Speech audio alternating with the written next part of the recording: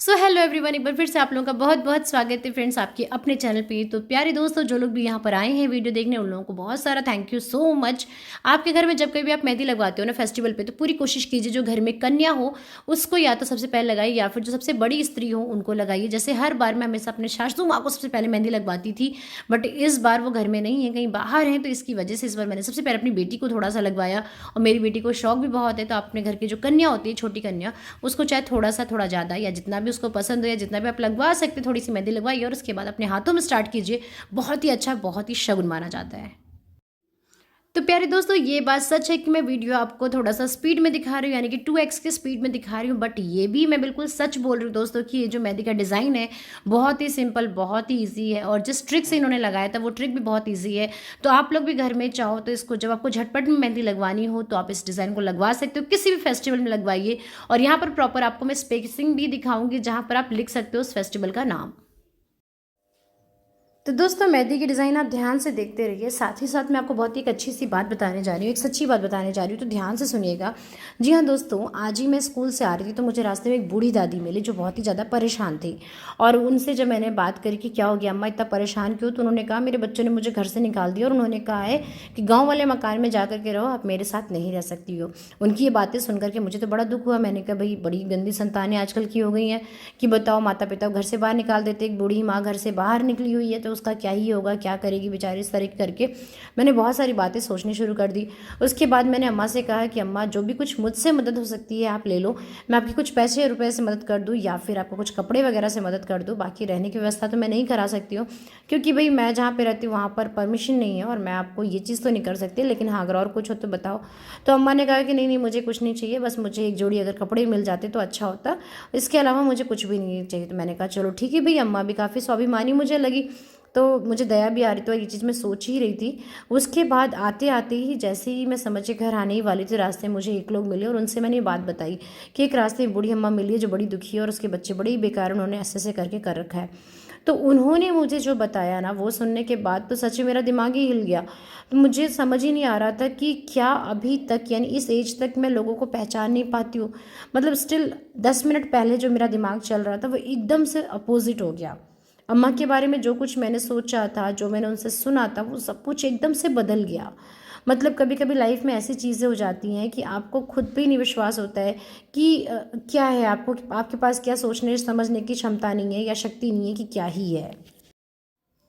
तो दोस्तों, आज तो मैं आपको यही बताना चाहूँगी, कभी भी ना किसी पर एक बार में आप ट्रस्ट नहीं करना, चाहे वो परिवार का हो, दोस्त हो या फिर कोई अननोन क्यों ना हो। कई बार हम किसी की बातें सुनते हैं तो वो ना आधी बातें होती हैं, और आधी सुनने के बाद हम माइंडसेट कर लेते हैं कि ओ माय गॉड, इसने ऐसा बोला तो बिल्कुल ऐसा ही है। और जो सामने वाला होता है, जो विपक्ष में होता है ना, उसकी बुराइयां भी शुरू कर देते हैं कि फलाना बंदा तो बड़ा ही बुरा है, उसने ऐसा किया वैसा किया।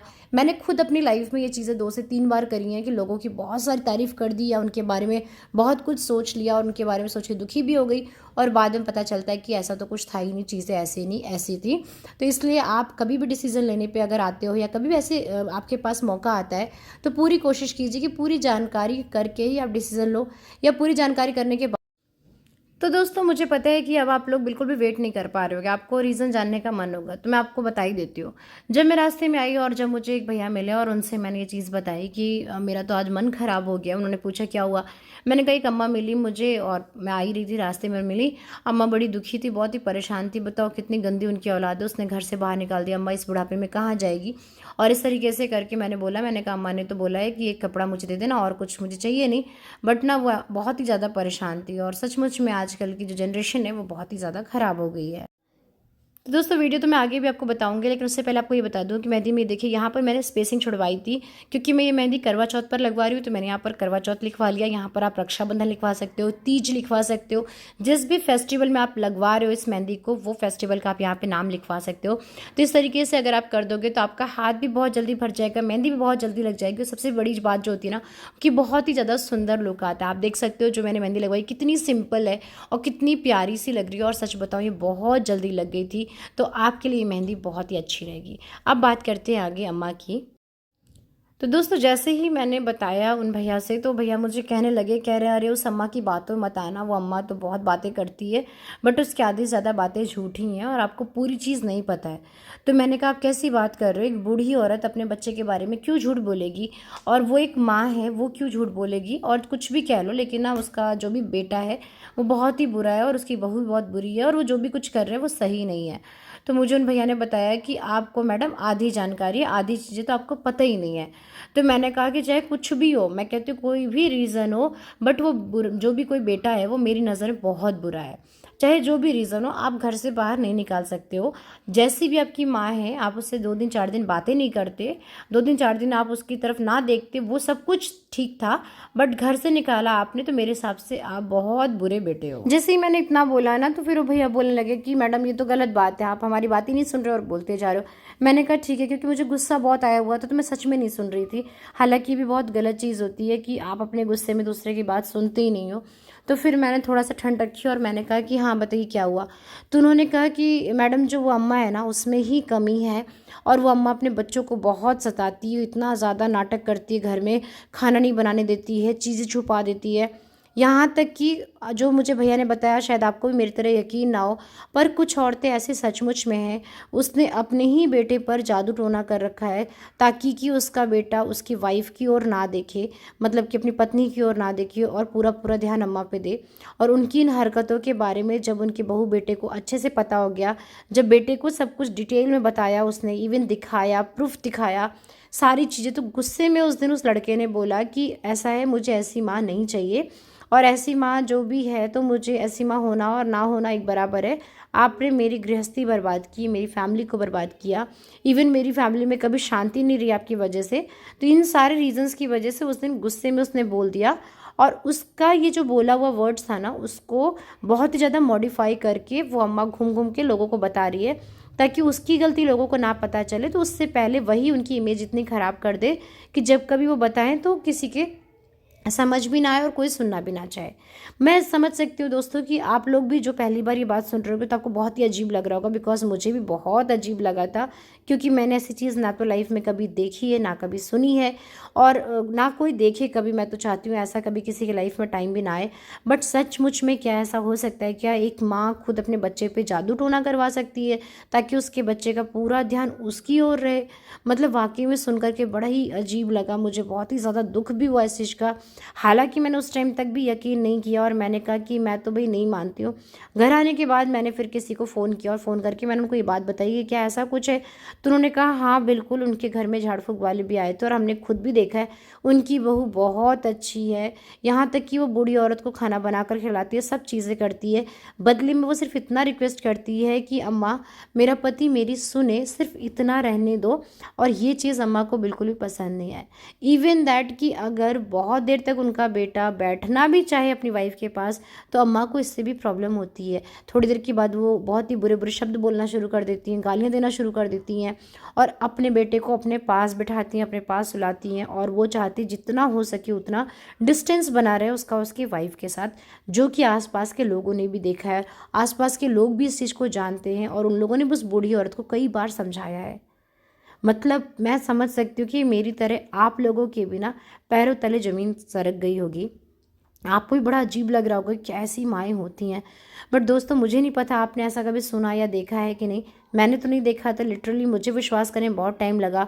मैंने बहुत जगह से क्लियर किया और उसके बाद ही मैंने माना कि हाँ इस बात में सच्चाई है और ऐसे भी लोग होते हैं। तो मैं तो बहुत दुखी हो गई। मैंने सोचा था कि इसके लिए मैं अलग से एक वीडियो बनाऊंगी, बट फिर मुझे लगा कि मेहंदी का वीडियो देखते देखते शायद आप बोर हो जाओ, तो ये मैं यहीं पर कहानी बता देती हूँ आपको। एक सच्ची कहानी है जो मैं आपको यहीं पर सुना देती हूँ, तो इसलिए इसके लिए अलग से मैंने वीडियो नहीं बनाया। बट जो भी हो, ऐसा किसी भी माँ को कभी भी नहीं करना चाहिए। मेरे हिसाब से ये बहुत ही गलत है।